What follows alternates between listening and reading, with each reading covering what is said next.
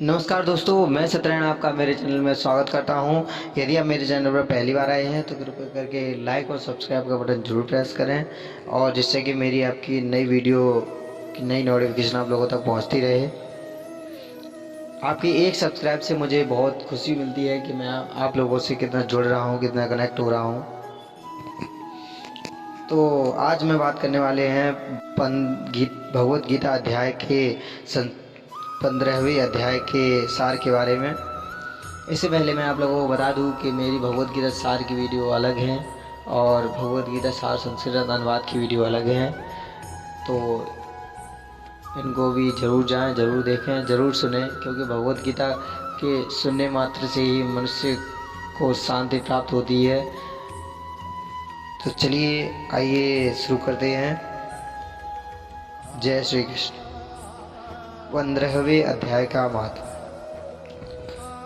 श्री महादेव जी कहते हैं, पार्वती अब गीता के 15वें अध्याय का महात्म्य सुनो। गौड़ देश में कृपाल नरसिंह नामक एक राजा थे, जिनकी तलवार की धार युद्ध में देवता भी परास्त हो जाते थे।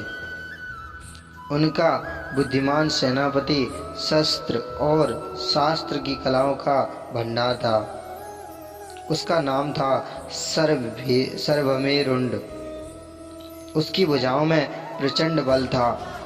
एक समय उस पापी ने राजकुमारों सहित महाराज का वध करके स्वयं ही राज्य करने का विचार किया।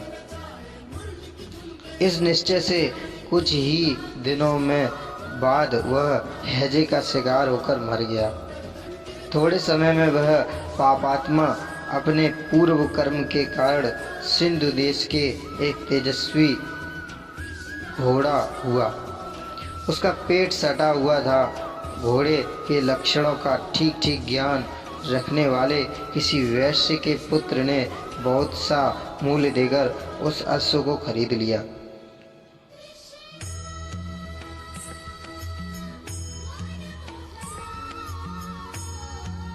और यत्न के साथ उसे राजधानी तक वह ले आया। वैश्य कुमार वह अश्व राजा को देने को लाया था। यद्यपि उस वैश्य कुमार से परिचित थे, तथापि द्वारपाल ने जाकर उसके आगमन की सूचना दी। राजा ने पूछा, किस लिए आए हो? तब उसने स्पष्ट शब्दों में उत्तर दिया, देव, सिंधु देश में एक उत्तम लक्षणों से संपन्न अश्व था, जिसे तीनों लोकों का एक रत्न समझकर मैंने बहुत सा मूल्य देकर खरीद लिया है। राजा ने आज्ञा दी, उस अश्व को यहाँ ले आओ। वास्तव में वह घोड़ा गुणों में उच्च श्रवा के समान था, मतलब थोड़ा सा उच्च था, अच्छा था। सुंदर रूप को तो मानो घर ही था। शुभ लक्षणों का समुद्र जान पड़ता था। वैसे घोड़ा ले आया और राजा ने उसे देखा। अश्व का लक्षण जानने वाले अमात्यों ने इसकी बड़ी प्रशंसा की। सुनकर राजा अपार आनंद में निमग्न हो गए और उन्होंने वैश्य को मुंह मांगा स्वर्ण देकर तुरंत ही उस अश्व को खरीद लिया। कुछ दिनों के बाद एक समय राजा शिकार खेलने के लिए उत्सुक हो उसी घोड़े पर चढ़कर वन में गए।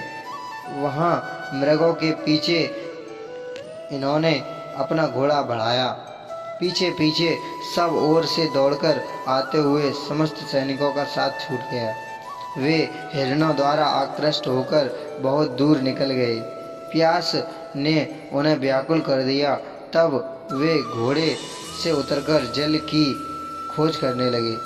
घोड़े को तो उन्होंने वृक्ष की डाली में बांध दिया और स्वयं एक चट्टान पर चढ़ने लगे। कुछ दूर जाने पर उन्होंने देखा कि एक पत्ते का टुकड़ा हवा से उड़कर शिलाखंड पर गिर पड़ा है।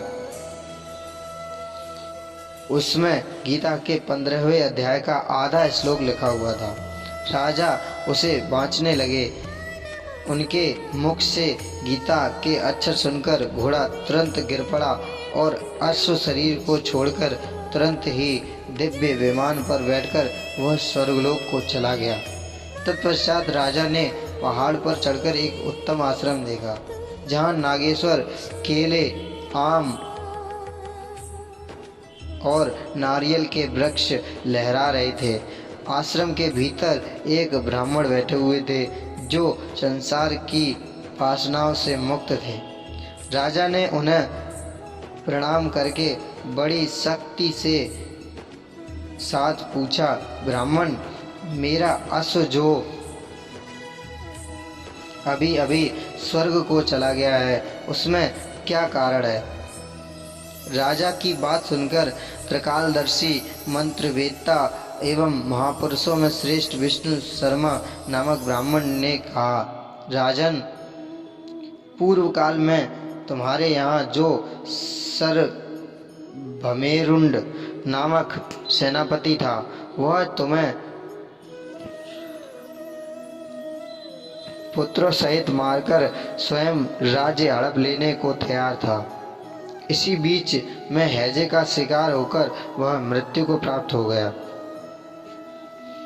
उसके बाद उसी के पाप से घोड़ा हुआ था।